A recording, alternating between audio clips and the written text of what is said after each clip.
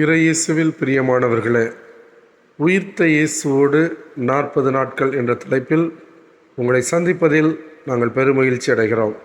இன்று ஆண்டவர் இயேசு நமக்கு கற்றுக் கொடுப்பது, அவரது உடலை உண்கிறோம், அவரது ஆற்றலை பெற்றுக்கொள்ளுகிறோம், அவரது வல்லமையை பெற்றுக்கொள்ளுகிற நாம் என்ன செய்ய வேண்டும் என்பதை ஆண்டவர் இந்த நாளிலே கற்றுக் கொடுக்கிறார். பிரியமானவர்களே, இயேசுவை ஆதாயமாக்கி கொண்ட நாம் இந்த உலக காரியங்கள் அல்ல, இயேசுவுக்கு சான்று பகருகிறவர்களாய், இயேசுவை பறைசாற்றுகிறவர்களாய், இயேசுவை இந்த உலகத்திற்கு அடையாளம் காட்டுகிறவர்களாய், உயிர்த்த இயேசுவை இந்த உலகத்தின் முன்பாக நிறுத்துகிறவர்களாய் நாம் நிற்க வேண்டும் என்பதைத்தான் ஆண்டவர் இந்த நாளிலே நமக்கு கற்றுக் கொடுக்கிறார்.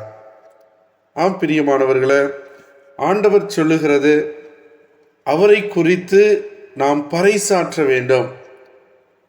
பவுலடியார் கிறிஸ்துவுக்கு எதிராக நின்றவர், கிறிஸ்துவ கொள்கைகளுக்கு எதிராக நின்றவர். எப்பொழுது உயிர்த்த இயேசுவின் அனுபவத்தை பெற்றுக்கொண்டாரோ, உயிர்த்த இயேசுவின் அனுபவத்தை பெற்றுக்கொண்ட மாத்திரத்திலே, இயேசுவே என் ஆண்டவர், அவருக்காக நான் சான்று பகருகிறேன் என்று இயேசுவை குறித்து அவர் பறைசாற்ற ஆரம்பித்தார். வாழ்பவன் நான் அல்ல, என்னில் கிறிஸ்து வாழ்கிறார் என்று அவர் உரிமையோடு சொல்ல ஆரம்பித்தார். இந்த சவுல் இறந்து பவுலாய் மாறி இருக்கிறான். பவுலுக்குள்ளாய் இயேசு இருக்கிறார், இயேசு செயல்படுகிறார், இயேசு கற்றுக் கொடுக்கிறார் என்பதை பவுலடியார் இந்த நாளிலே நமக்கு கற்றுக் கொடுக்கிறார். இயேசுவின் உடலை ஒவ்வொரு நாளும் நாம் உண்கிறோம், இயேசுவின் இரத்தத்திலே நாம் பங்கு கொள்ளுகிறோம்.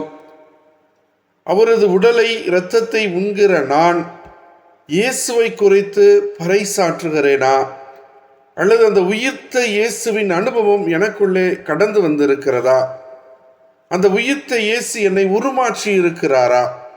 இயேசுவாக இந்த இயேசுவை குறித்து சான்று பகருகிற ஒரு மகனாக, மகளாக என்னை அவர் செயல்பட வைத்திருக்கிறாரா?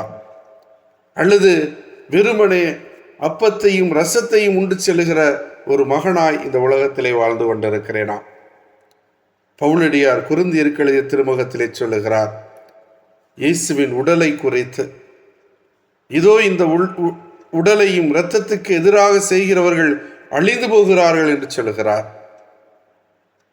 பிரியமானவர்களே, இந்த உயிர்த்த இயேசுவோடு நாம் பயணிக்கிற நாம், அவரது உணவை உண்கிற, அவரது உடலை உண்கிற நான் உருமாறி இருக்கிறேனா? மாற்றப்பட்டு இருக்கிறேனா? இயேசுவை குறித்து பறைசாற்றுகிறேனா? சிந்திப்போம், இயேசுவோடு பயணிப்போம், செயல்படுவோம்.